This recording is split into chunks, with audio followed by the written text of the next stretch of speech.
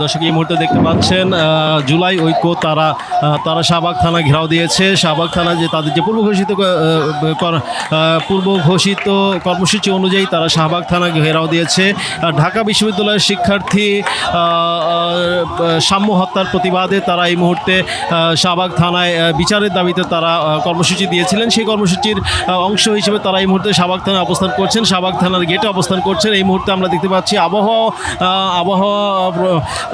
প্রতিকূল অবস্থা বিরাজ করছে। এই মুহূর্তে প্রচণ্ড পরিমাণে বৃষ্টি হচ্ছে। সেই বৃষ্টির মধ্যে আমরা দেখতে পাচ্ছি জুলাই ঐক্যের নেতাকর্মীরা তারা এখানে উপস্থিত হয়েছেন। তারা সাম্য হত্যার বিচারের দাবিতে তারা এই মুহূর্তে শাহবাগ থানায় অবস্থান করছেন।